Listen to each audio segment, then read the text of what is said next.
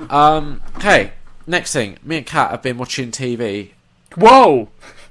We've been watching Fear the Walking Dead, which is the spin-off to the show The Walking Dead, which is also... I have never watched Fear the Walking Dead. Well... The thing is, it's a hard show to recommend. So we've done... This is a review of season 1 to 4 of Fear the Walking Dead. Yeah.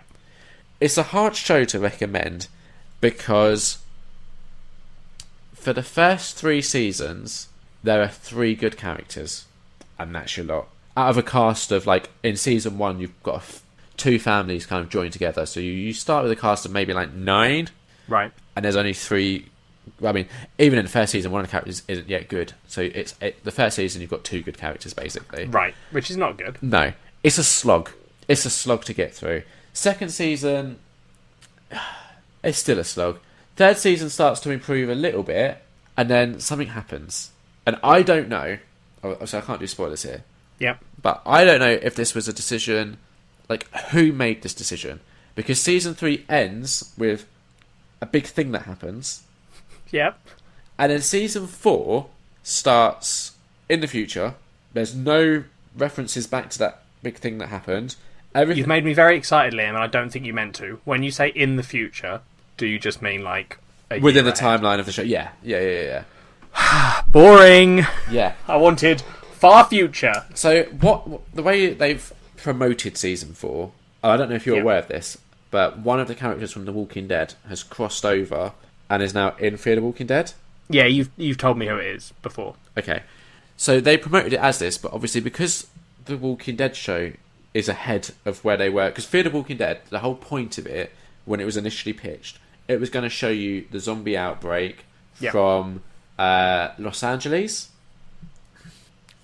My issue with the first season is that they literally spend maybe 2 episodes covering the initial outbreak, and then it's just like business as usual. There is potential with that idea that was just squandered horrifically in that first season. Yeah, I get. I mean, like, so it's kind of weird. If you look at the original series of The Walking Dead, right, and then how they've slowly escalated with the the rival humans, right? Yeah. Where the rival humans have slowly become like, at this point in The Walking Dead, there's like almost new civilizations happening. Yep. So if Fear the Walking Dead is in the past, then you can't do that. And if you do that, that's immediately going to be jarring. Because you're going to be like, well, sorry, why has this person done this? Where 2 years ago, no one in The Walking Dead had done anything like this. Do you know what I mean? Yes. And there are elements of that throughout, especially in the second and third season, which is just a bit like, look, within the timeline of this show, we should maybe be like several months into this outbreak. Yeah. Why are people acting this way? Yeah, got you. So to get to season 4, to get to the point where they can have a character from The Walking Dead crossover, they've had to time jump to catch up. Yeah. And that's why I'm confused, because they've ended season 3 with this big thing that would have happened, like, say, a year ago, that they've just, like, completely ignored. And they're like, right. So they've not even, like, mentioned it in season 4? Barely. Weird. Barely. There's like, an entire there's at least one character who's, like, been a main character from the start, who is just never mentioned in season 4, despite being, like, a key part of the end of season 3, and their fate is left unknown. Right.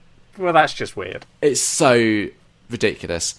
However, despite all this, season 4 introduces new characters and is really good.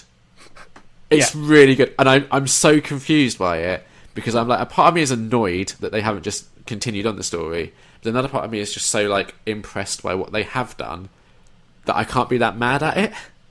Yeah, okay, I can see that. Because, like, season 1 to 3 at times is a real slog, and then season 4 was just a joy from start to finish, apart from maybe a couple of cheesy moments in the finale. Okay. But the other, without spoiling things too much, because I haven't said who my favourite characters are, it's not spoiling it. The 2 of the 3 that are my favourite don't make it to the end of season 4. So the fact that I'm like, shit, not only have they got rid of, like, 2 of my reasons for initially watching this, but I'm still, like, 100% on board with this and can't wait to see what they do next. That's how good season 4 is. It's just 3 seasons of slog to get there. Bad. So I can't recommend it. Do you have to watch series 1 to 3 to understand series 4? I don't think so. I think you could jump into season 4, but when certain things happen to certain characters, it would lack Yes, that yeah, impact. you'd be less attached. Yeah. So for season 1 to 4 overall, I'm going to give it 3 out of 5. But it's kind of more like season 1 to 3 is like 2 out of 5, and then season 4 is like 4 out of 5. Yeah, or like 2, 2.5. So fair enough. yeah, that's everything for me this time.